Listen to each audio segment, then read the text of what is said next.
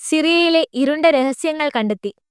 കൂട്ടക്കുഴിമാടങ്ങൾ അസദിന്റെ ക്രൂരമായ പാരമ്പര്യം വെളിപ്പെടുത്തുന്നു. ഒന്നിലധികം കൂട്ട ശവക്കുഴികൾ കണ്ടെത്തിയതിൽ നിന്ന് സിറിയ ആഞ്ഞടിക്കുന്നു.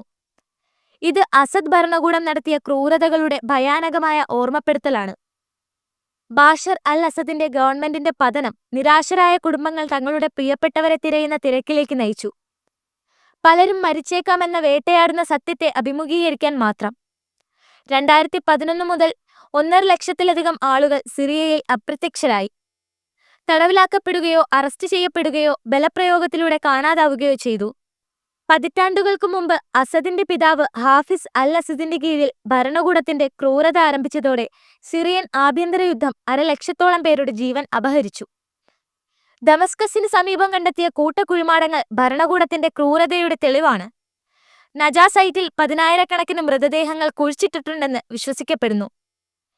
ഭൂമിയുടെ ഇടയിൽ അസ്ഥികൾ കാണാം. സുരക്ഷാ വാഹനങ്ങളുടെ അകമ്പടിയോടെ ഫ്രീസർ ട്രക്കുകളിൽ മൃതദേഹങ്ങൾ കൊണ്ടുവന്ന് സംഘടിതമായി സംസ്കരിച്ചു. ഖുദൈഫ നഗരത്തിലെ മറ്റൊരു സൈറ്റിൽ 20 അടി ആഴവും 10 അടി വീതിയും ഏകദേശം 300 അടി നീളവുമുള്ള കിടങ്ങുകൾ കണ്ടെത്തി. 2012 മുതൽ 2018 വരെ 4 ട്രക്കുകൾ ആഴ്ചയിൽ 2 തവണ എത്തി. ഓരോന്നിനും 150ഓളം മൃതദേഹങ്ങൾ വഹിച്ചു. ബുൾഡോസറുകൾ ഉപയോഗിച്ച് മൃതദേഹം പരത്താൻ തൊഴിലാളികൾ നിർബന്ധിക്കപ്പെട്ടതോടെ അസദിന്റെ ഉദ്യോഗസ്ഥർ ശവസംസ്കാര പ്രക്രിയയ്ക്ക് മേൽനോട്ടം വഹിച്ചു. സിറിയൻ ഗവൺമെന്റിന്റെ ക്രൂരതകൾ നന്നായി രേഖപ്പെടുത്തപ്പെട്ടിട്ടുണ്ട്. വിദഗ്ധർ അവരെ നാസി ഭരണകൂടവുമായി താരതമ്യം ചെയ്യുന്നു. അന്താരാഷ്ട്ര സമൂഹം ഉത്തരവാദിത്തം ആവശ്യപ്പെടുന്നു. തെളിവുകൾ സംരക്ഷിക്കാനും കുറ്റവാളികളെ നിയമത്തിനു മുന്നിൽ കൊണ്ടുവരാനും പ്രാദേശിക അധികാരികൾക്ക് പിന്തുണ നൽകണമെന്ന് അമേരിക്ക അഭ്യർത്ഥിക്കുന്നു.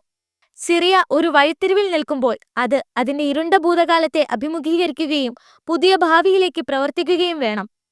ഈ കൂട്ടക്കുഴിമാടങ്ങളുടെ കണ്ടെത്തൽ ഇരകൾക്കും അവരുടെ കുടുംബങ്ങൾക്കും ഉത്തരവാദിത്തത്തിനും നീതിക്കും വേണ്ടിയുള്ള നിർണായക ചുവടുവയ്പ്പാണ്.